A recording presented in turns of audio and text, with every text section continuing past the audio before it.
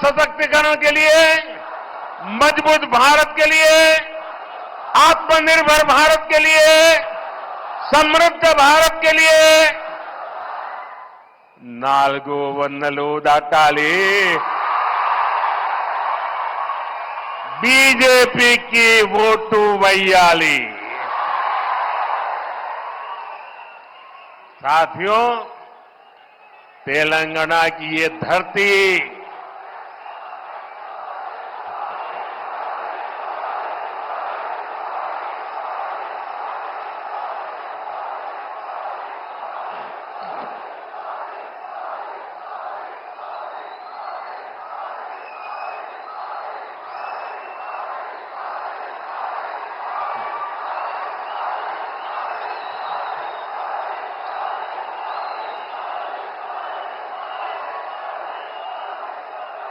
भारत माता की। देखिए, मेरा कितना सौभाग्य है,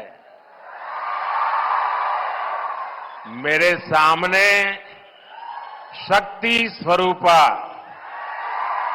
एक बेटी शक्ति का रूप धारण करके मुझे आशीर्वाद देने आई है। उधर भी एक बेटी देखिए, शक्ति स्वरूपा बन के मुझे आशीर्वाद देने आई है। और इधर देखिए, इतनी माताएं बहनें शक्ति स्वरूपा आज मोदी को आशीर्वाद दे रही है।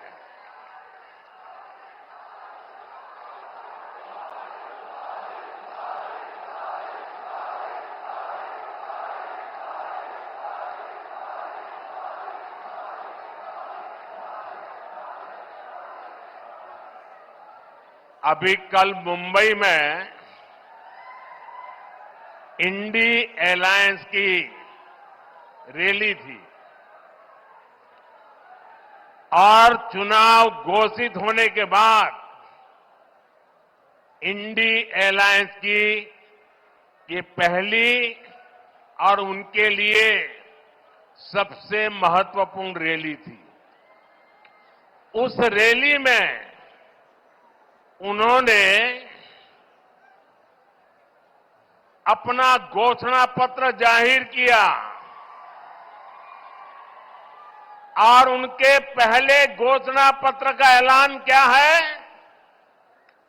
मुंबई के शिवाजी मैदान में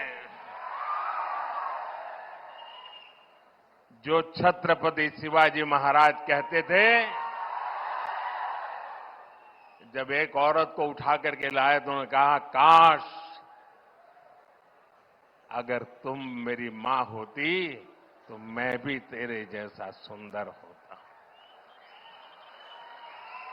ऐसा शिवाजी पार्क जहां से इंडी एलायंस ने अपनी घोषणा पत्र जाहिर किया और उन्होंने कहा है कि उनकी लड़ाई शक्ति के खिलाफ है।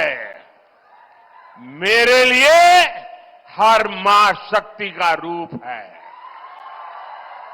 हर बेटी शक्ति का रूप है।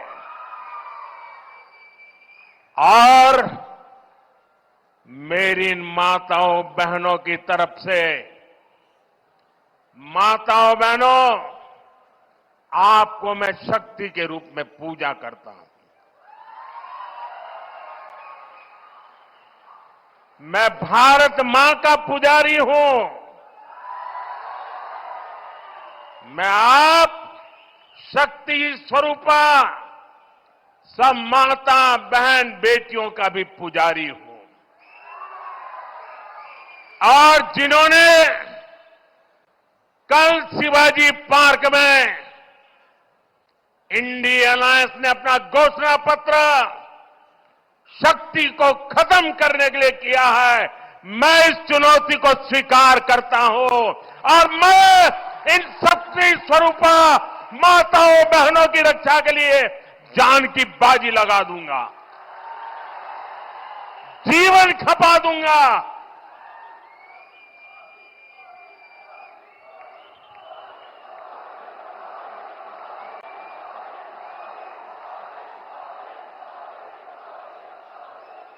क्या भारत की धरती पर कोई शक्ति के विनाश की बात कर सकता है क्या? क्या शक्ति का विनाश हमें मंजूर है? हम सब शक्ति की आराधना करते हैं कि नहीं करते हैं? पूरा हिंदुस्तान शक्ति की आराधना करता है कि नहीं करता है?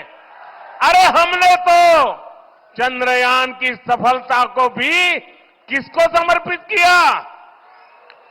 चंद्रयान की सफलता को भी, जहां चंद्रयान ने लैंड किया, हमने उस सफलता को भी शिव शक्ति नाम देकर के शिव शक्ति को समर्पित किया है। और ये लोग शक्ति के विनाश का बिगुल फूंक रहे हैं। माताएं बहनें, शक्ति स्वरूपा आप है।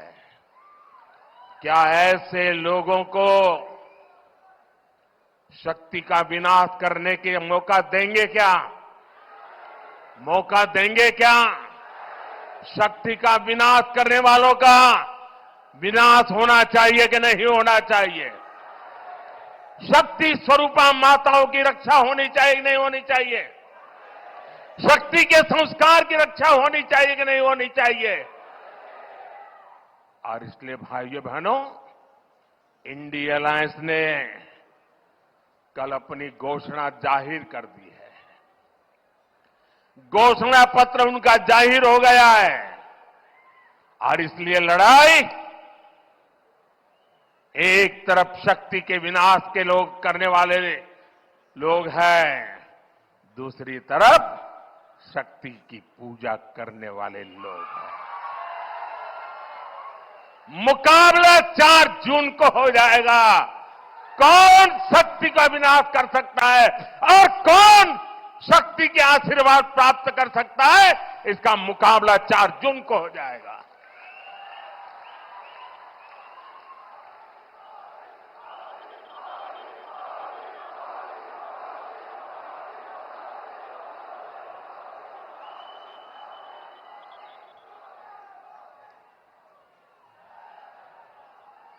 साथियों, तेलंगाना की ये धरती कोई साधारण धरती नहीं है। ये वो धरती है जिसने अंग्रेजों से संघर्ष किया, जो रजाकारों के अत्याचारों से लड़ाई लड़े। इस धरती ने देश की अखंडता और सम्मान के लिए संघर्ष किया। बावजूद इसके आजादी के बाद तेलंगाना को कांग्रेस के सियासी षड्यंत्रों को सहना पड़ा। एक और वो कांग्रेस पार्टी है जिसने तेलंगाना के सपनों को कुचला है। दूसरी ओर वो बीआरएस है जिसने यहां के लोगों की भावनाओं का इस्तेमाल किया, सत्ता पाई और बाद में जनता से विश्वासघात कर दिया। तेलंगाना का निर्माण के पहले 10 वर्षों तक बीआरएस ने, पहले 10 साल बीआरएस ने तेलंगाना को जम करके लूटा है। लूटा है कि नहीं लूटा है? और अब कांग्रेस ने तेलंगाना को अपना एटीएम स्टेट बना लिया है। तेलंगाना से लूटा गया ये पैसा दिल्ली तक जाता है, वहां परिवारवादी लोगों की तिजोरी में पहुंचता है। फिर इसी पैसे का इस्तेमाल देश में झूठ और बंटवारे की साजिशों की फंडिंग के लिए होता है। और तेलंगाना के लोग जानते हैं, एक घोटालेबाज दूसरे घोटालेबाज पर कभी कार्रवाई नहीं कर सकता।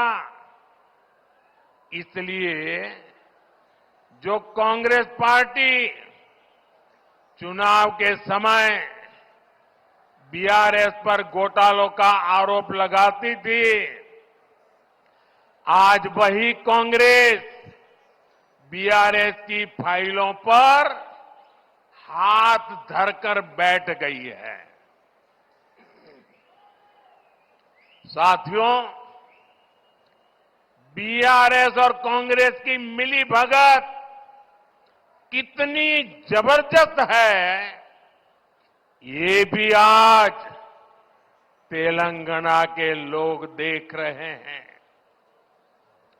आज बीआरएस के घोटालों पर कांग्रेस की बोलती बंद हो गई है।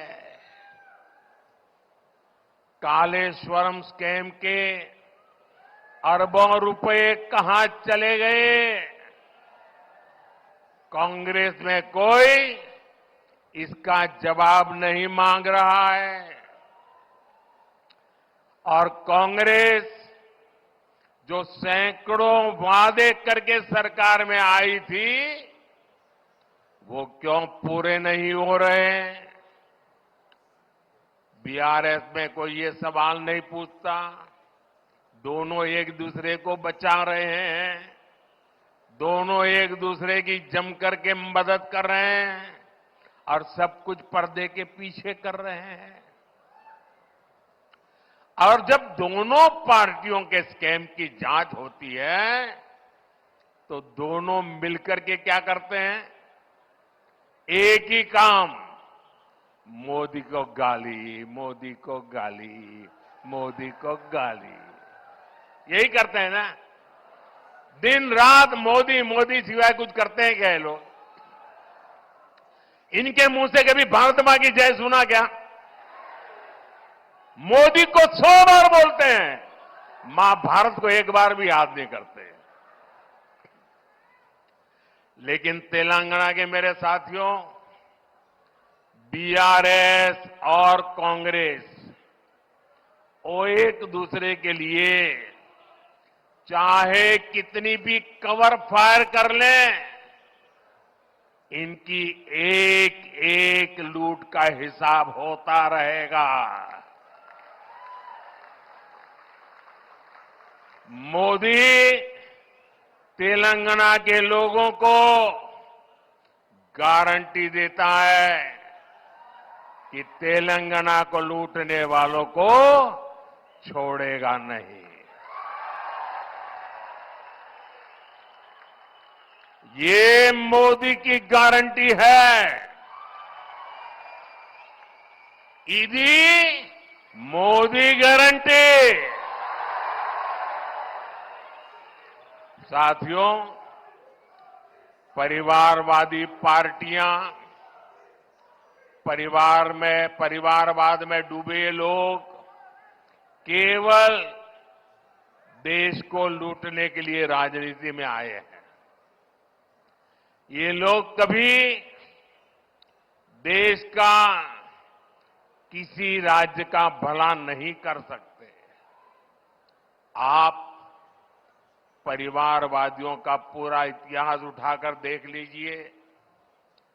देश में जितने भी बड़े घोटाले हुए हैं, उनके पीछे कोई न कोई परिवारवादी पार्टी ही मिलेगी।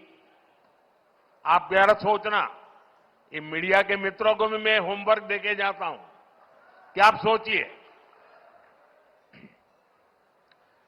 देश में लाखों करोड़ का 2G स्पेक्ट्रम घोटाला हुआ, किसका नाम आया?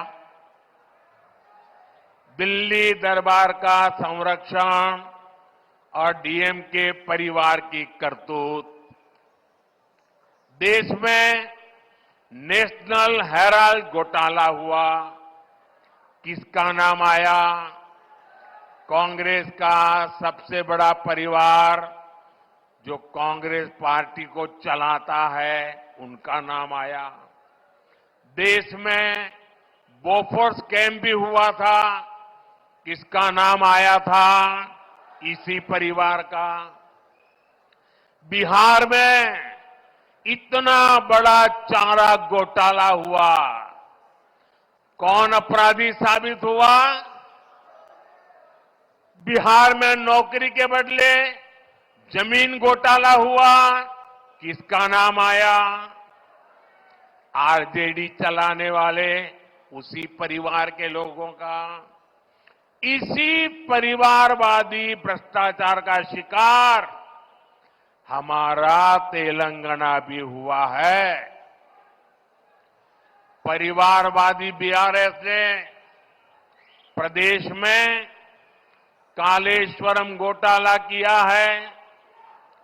दिल्ली में हुए लीकर स्कैम में भी कट कमीशन खा लिया। इसलिए कांग्रेस हो या बीआरएस, इनसे जितना बचेंगे, उनको जितना दूर रखेंगे, वही इसकी दवाई है। इसलिए 13 मई को आपको वोटिंग के दिन याद रखना है, बीजेपी को जिताना है।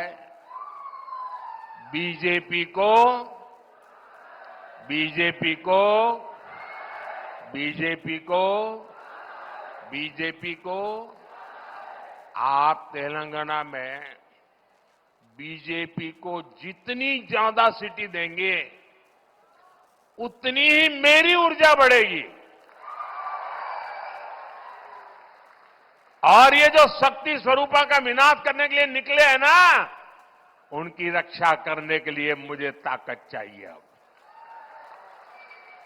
मैं विकसित भारत के लिए और ज्यादा परिश्रम करूंगा। आपको भरोसा है ना? मैं परिश्रम करूंगा, इस बात पे भरोसा है ना? क्या कभी मैंने मेहनत करने में कमी रखी है क्या?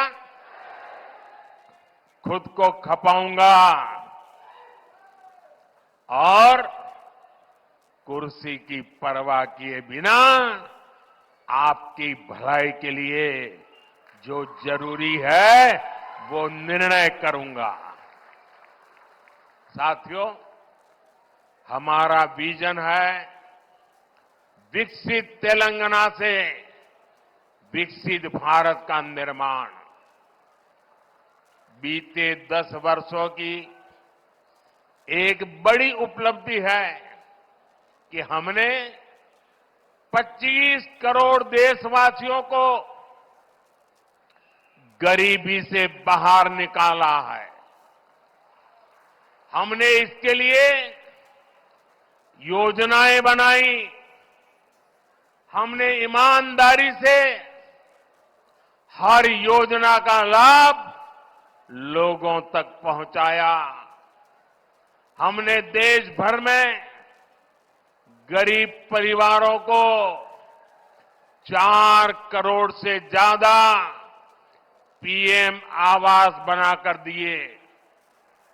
हमने 12 करोड़ से ज्यादा घरों तक नल से जल पहुंचाया।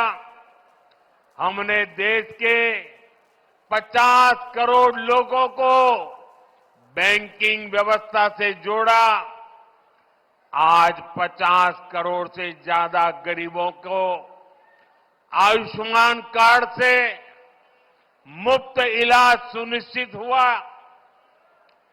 पीएम स्वनिधि जैसी योजनाओं के जरिए गरीबों को आत्मनिर्भर बनाने के लिए हजारों करोड़ रुपए की सहायता दी। साथियों, हमारी सरकार ने इन सभी योजनाओं का लाभ तेलंगाना की जनता तक बिना किसी भेदभाव के पहुंचाया है। हमने तेलंगाना की माताओं बहनों को उज्ज्वला योजना के 11 लाख से ज्यादा गैस कनेक्शन दिए। हम तेलंगाना के 30 लाख किसानों को हर साल किसान सम्मान निधि के 6,000 रुपये भेज रहे हैं। तेलंगाना में आयुष्मान भारत योजना से 80 लाख से ज्यादा लोगों को मुफ्त इलाज सुनिश्चित हुआ है।